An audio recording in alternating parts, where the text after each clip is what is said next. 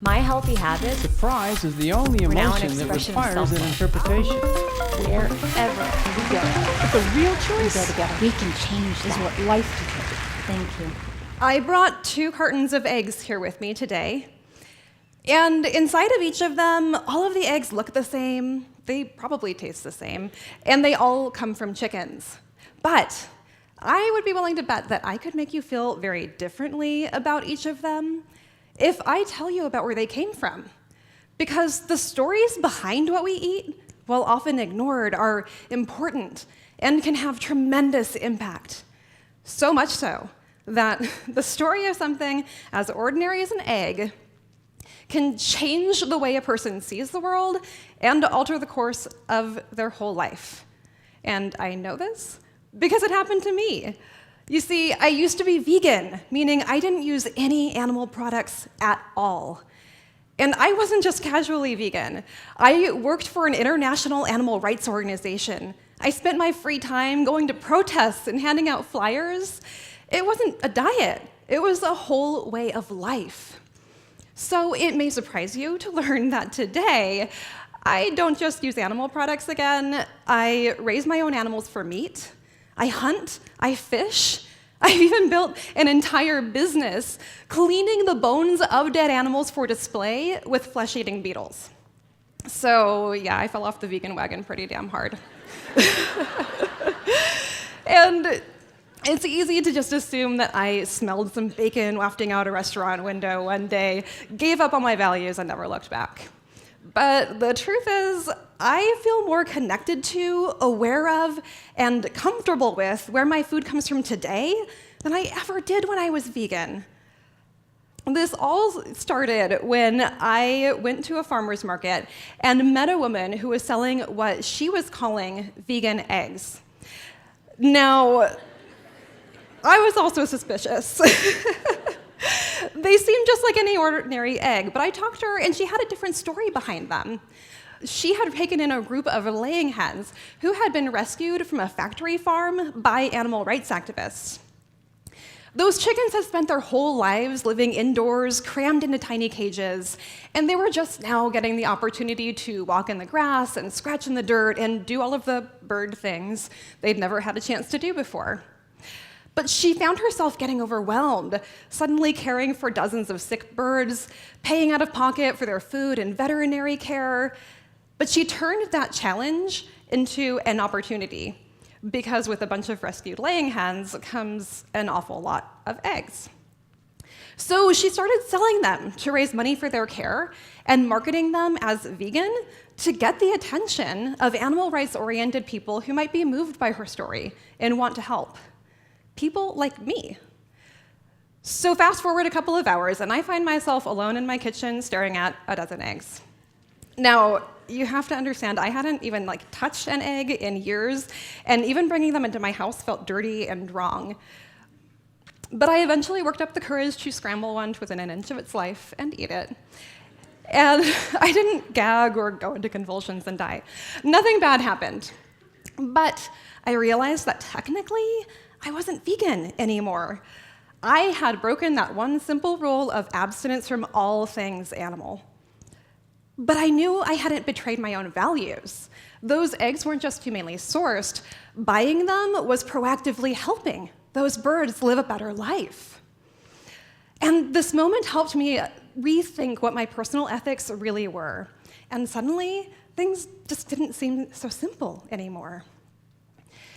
It became important for me to not just learn the stories behind my food, but to start participating in and creating them.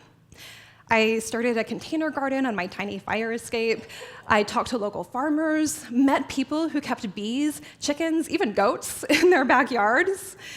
But the big city I was living in wasn't exactly full of opportunities to learn about farm life. So I did what anyone would do, and I saved up some money, quit my corporate job, and I spent the next several years traveling from farm to farm, getting to know the stories and the people behind my food firsthand. I tended gardens, sheared sheep, milked goats, and slaughtered animals. Today, growing gardens and raising animals for food is a part of my normal life, and I just couldn't imagine it any other way. And I found that it's a slippery slope from connecting to your food to connecting with the natural world. The food-filled paradise of the farm and garden doesn't just appeal to us humans. I find myself constantly trying to outsmart armies of tiny rodent thieves. I'll spend hours trying to identify an insect I would have never even noticed before, and the howls of coyotes at night has sent me running into the darkness in my pajamas many times to make sure that my animals are okay. It's all an excellent reminder that we are not objective observers of nature. We are participants in it, no matter how disconnected we feel in our modern world. And I found that personal connection to nature deeply satisfying and kind of addicting. It's ultimately what inspired me to start hunting.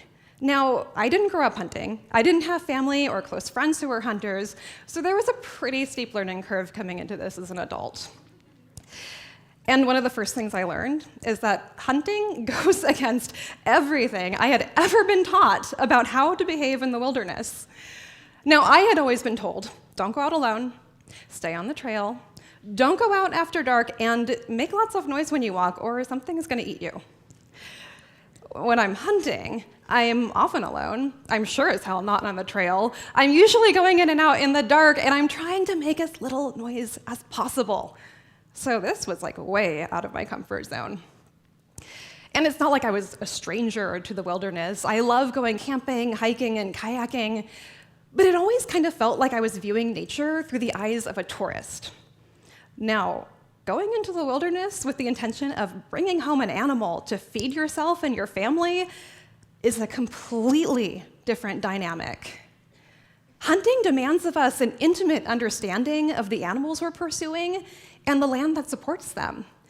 And that understanding breeds respect, appreciation, and investment in protecting those animals and their habitats.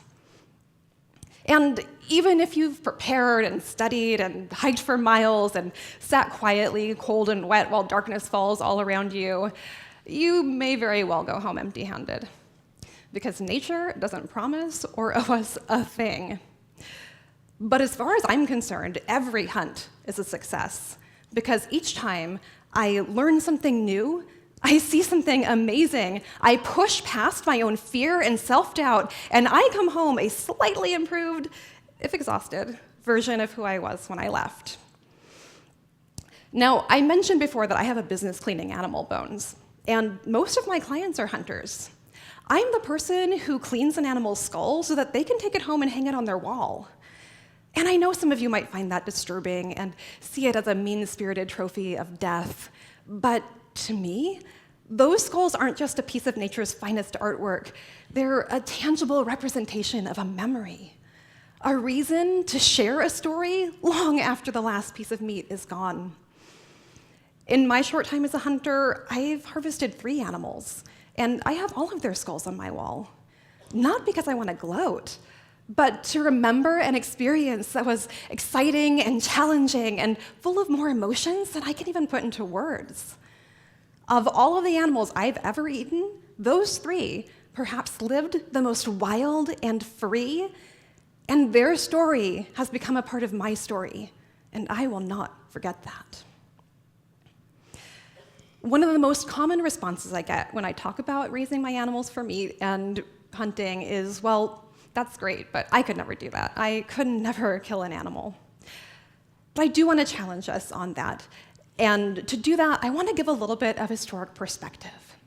So if you take the entire history of the modern human race and condense it down into just 1 hour, our species has lived as hunter-gatherers until just 7 minutes ago, when farming was a brand new concept. The first grocery store opened 1.8 seconds ago, and animals were first intensely confined onto factory farms just 1.2 seconds ago. Now, I'm not saying we should all live and eat like hunter-gatherers, but I hope that this helps you understand how wildly new and different it is to live in a world where we don't take responsibility for our own food.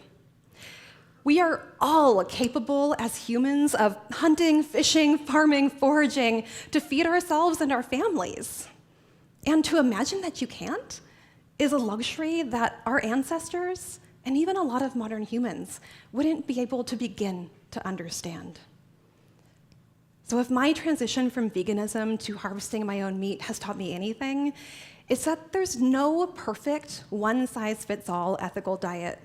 The world is just too big and complicated for that. But if you want to eat more responsibly, the best advice I could give you is to learn those stories behind your food.